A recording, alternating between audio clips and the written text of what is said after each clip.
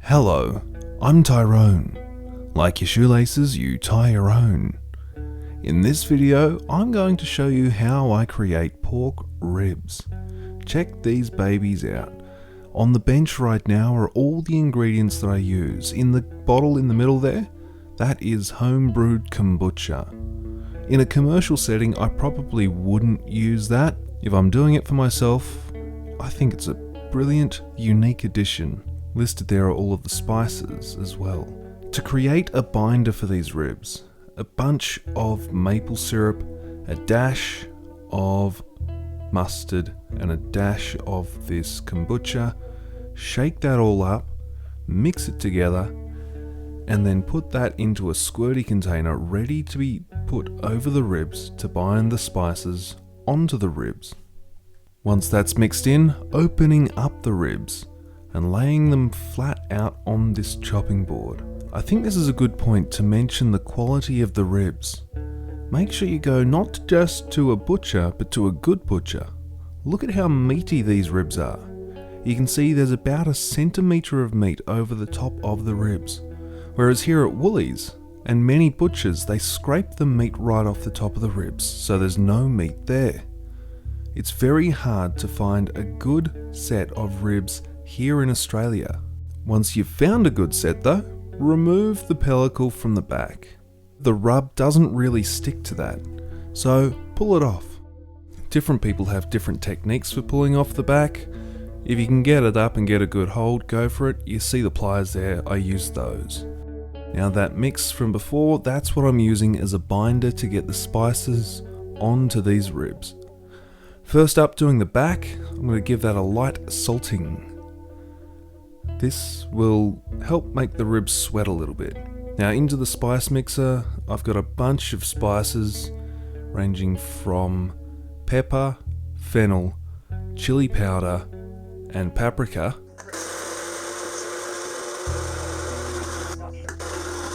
Then goes in some ginger, some cinnamon, not as much cinnamon, not as much onion powder, and then a full scoop of garlic powder.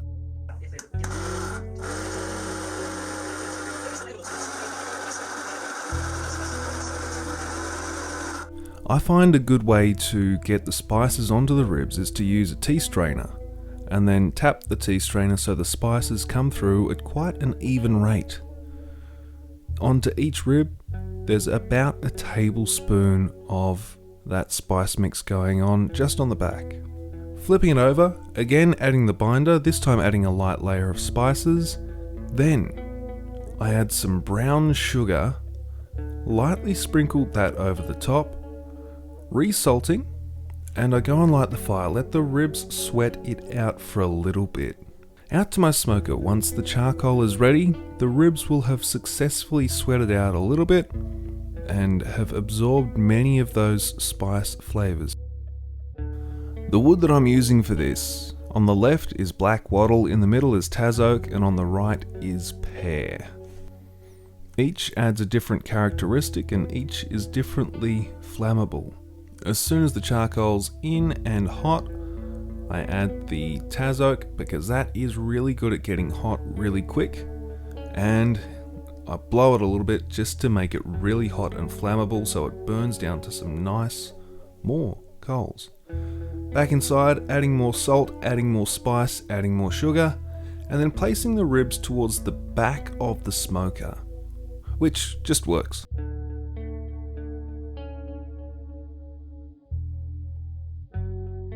I will be spritzing these ribs throughout the cook with a mix of soy sauce, apple cider vinegar, and apple juice. I find the mix of just apple juice and apple cider vinegar to be good, but this just gives it a little bit something extra.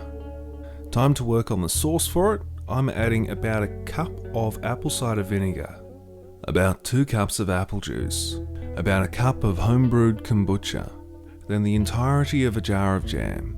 This is a strawberry rhubarb jam, and the tartness goes very well with these ribs. Into that, 2 tablespoons of that spice mix, shake it up, and then adding a bunch of maple syrup just to balance the tartness out with a nice sweetness. Obviously the sauce is fairly runny at the moment, so melt some butter, add equal amounts of flour and mix that all up. Then slowly add in the sauce and let that simmer for as long as you've got. It will simmer down, thicken up and caramelize brilliantly over the next 2 or 3 hours that your ribs are on the barbecue.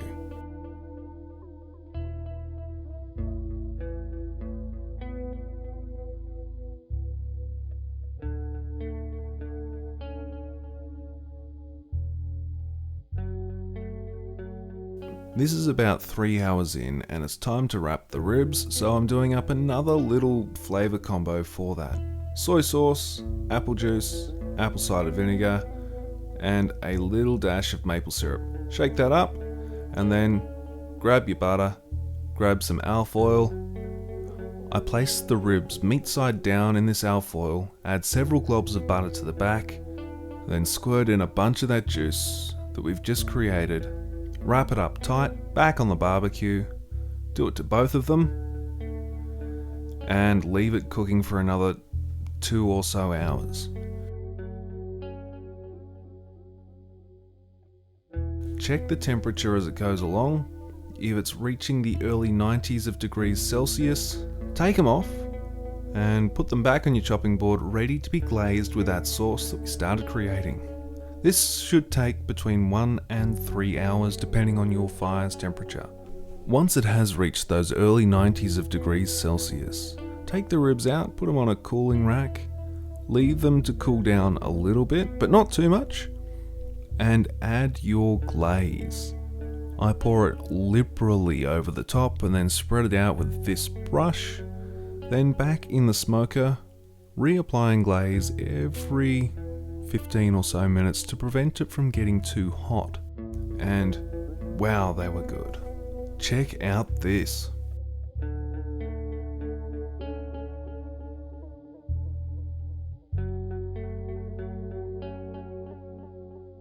Bring on that B-roll.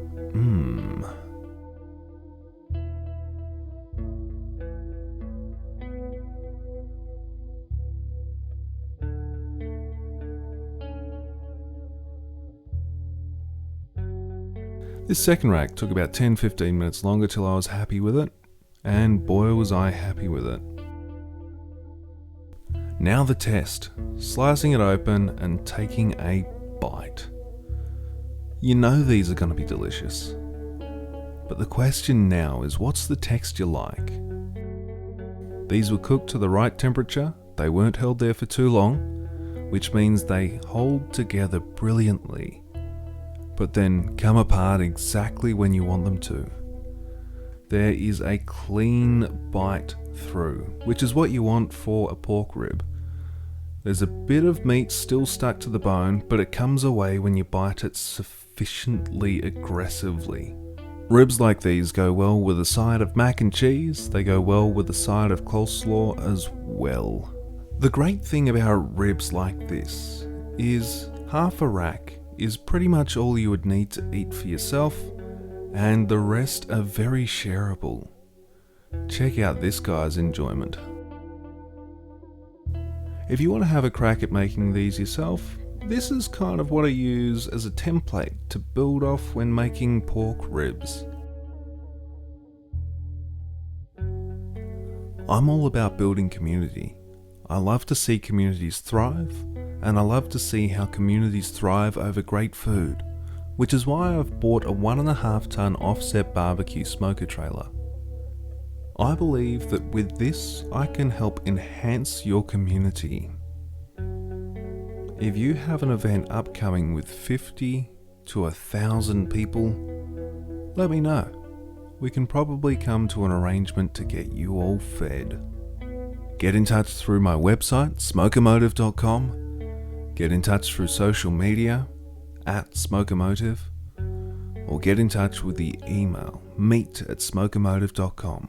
I'm keen to chat with you about the food needs of your community and how I can help make your event excellent.